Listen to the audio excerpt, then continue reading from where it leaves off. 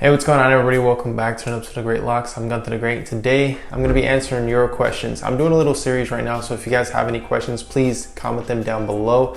But let's get started with the first question. The series is going to be pretty quick because I just want to get straight to the point and help you guys out with your dreadlocks. Now, I do want to mention before I jump into it, make sure to go to greatlocs.com and pick yourself up the dreadlock tool bundle. It's on sale right now and it's going to help you improve your dreadlocks and take your hair to the next level.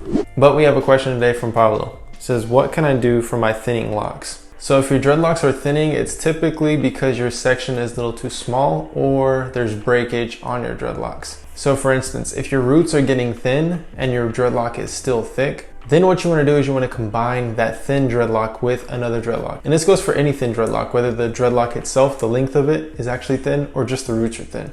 You want to combine it no matter what. But don't be too afraid to have a thin dreadlock or thin dreadlocks and the roots still be healthy. The most important part is to have your roots healthy because that's the system in which it's going to grow out into.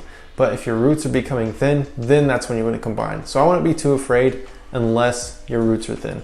Now in the case that your roots are thin, what you would typically do is take a dreadlock what is of good size and healthy roots, closest one to it. You want to take the tip of the thin dreadlock and thread it through a healthy dreadlock's roots. So it's basically like interlocking them together, and this is what's going to make them combine together. And then you're eventually going to have what's called a Congo, which is more than one dreadlock combined into one with multiple heads. That's why you see people that have dreadlocks and then they have multiple dreadlocks in one dreadlock.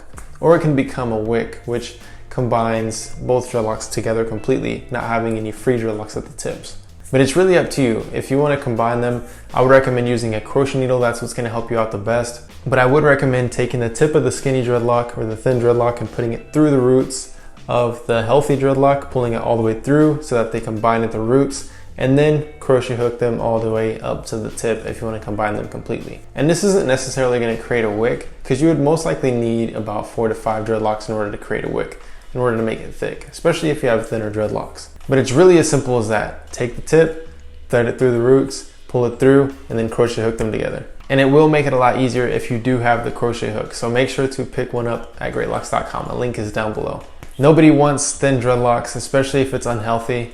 Now, of course, thin dreadlocks do look cool, but you don't want your roots to be unhealthy by being too thin to where they can fall out. Now, if your hair is at risk of falling out, just follow the steps that I told you and you're gonna be just fine. So guys, like I said, if you have any other questions, make sure to leave them down below. If you have any more questions about how to fix thin dreadlocks, please ask me down below and I'll respond directly to you. Also, don't forget to go pick up the dreadlocking bundle. It is on sale right now and we should be getting a restock in very soon. We are low on stock because everything is selling so quickly. But like I said, we should have a restock coming in real soon. Also, don't forget to subscribe to the channel and give this video a thumbs up if it helped you out. And don't forget to go follow the Greatlocs Instagram page. It's a community of people with dreadlocks and everyone has different styles, different ways they got them, and they all look very different. It's very cool to see all the different colors and shapes and sizes. It's really awesome to see. So make sure to go follow that. Other than that, I'll see you guys next time. Peace.